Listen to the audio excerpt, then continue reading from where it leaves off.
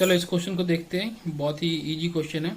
अभी हमने बल्क और एम्बैकमेंट में दो पार्ट में से डिस्ट्रीब्यूट कर दिया है। तो बल्क की अगर मैं बात करूँ तो आपको बल्क डेंसिटी दे रखा है कहाँ पे, जहाँ से हमें बोरोपिट लेके आना है ना, और ये एम्बैकमेंट वाला पार्ट है। तो जो बोरोपिट है जहाँ से हमें मिट्टी लेके आनी है उसकी डेंसिटी वो 17 दे चुका है।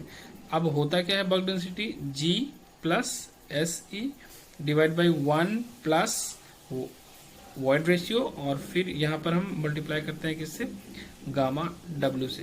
देखो सैचुरेशन की तो वैल्यू दे नहीं रखी है, किसी भी केस में सैचुरेशन की वैल्यू नहीं दे रखी है, ना ही तो एम्बैकमेंट वाले केस में दे रखी है और ना ही आपके बोरोपिट वाले केस में दे रखी है। पर हमें ये पता है ना कि हमें ये पता है S E is equal to W into G, है ना।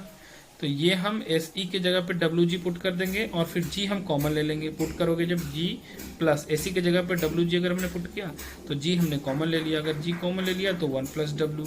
तो वो जो फॉर्मूला बन गया वो बन गया gamma is equal to G into 1 plus W और 1 प्लस ई, गामा डब्ल्यू से तो मल्टीप्लाई है ही। अब देखो सबकी वैल्यू तो दे रखी है, यहाँ से हर किसी की वैल्यू दे रखी है, जी की वैल्यू दे रखी है एम्बैकमेंट के लिए भी और बोरोपिट के लिए भी, डब्ल्यू की वैल्यू दे रखी है दोनों के लिए, गामा डब्ल्यू की वैल्यू सेम होती है। ई की वैल्यू निकल जाएगी, तो E1 की वैल्यू निकल जाएगी किसकी, मतलब जहाँ से बोरोपिट लेके आना है वहाँ से जब वैल्यू पुट करोगे तो 0.71 निकल के आएगा। और जो इम्बैकमेंट है जो बनाना है क्योंकि उसकी भी वैल्यू दे रखी है, डब्ल्यू की वैल्यू दे रखी है और उसकी गामा की भी वैल्यू दे रखी है ना बल्क में, तो E2 जो निकल के आएगा वो आएगा 0.5। अब देख लो E1 और E2 दोनों निकल चुका है। अब एक चीज़ तो कॉमन है, क्या वॉल्यूम ऑफ सॉलिड कभी चेंज करेगा, वॉल्यूम ऑफ सॉलिड कभी चेंज करेगा नहीं, दोनों ही केस में वॉल्यूम ऑफ सॉलिड तो चेंज नहीं करने वाला। तो वॉल्यूम ऑफ सॉलिड अगर नहीं चेंज करेगा तो हम दोनों के वॉल्यूम को कंपेयर कर देंगे। अच्छा क्वेश्चन में साफ साफ लिखा है क्या कि यूनिट है ना ईच एम्बैकमेंट के लिए, इसका मतलब कि वॉल्यूम ऑफ जो टोटल वॉल्यूम लिख के रखा हुआ है एम्बैकमेंट के लिए, क्योंकि हर एक के लिए निकालने बोल रहा है, 1 मीटर क्यूब के लिए निकालने बोल रहा है, तो हम सिर्फ 1 मीटर क्यूब के लिए लेके चलेंगे है ना।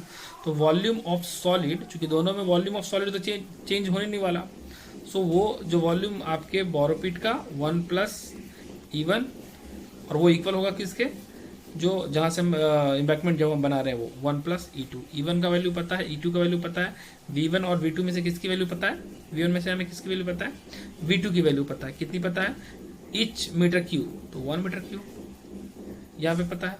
तो यहाँ से आप निकाल के आओगे V1, जब V1 निकाल के आओगे तो आएगा 1.143।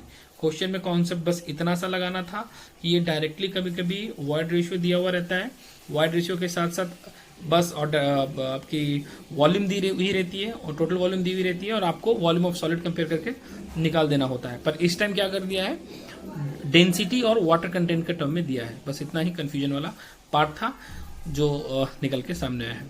इसका सॉल्यूशन सिर्फ इंजीनियरिंग ऑफिसर्स एकेडमी चैनल पे ही मिलेगा, या तो यूट्यूब पे मिलेगा या तो आपको टेलीग्राम चैनल पर मिलेगा। टेलीग्राम चैनल ज्वाइन कर लो और यूट्यूब पे जाके इसे सब्सक्राइब कर लो।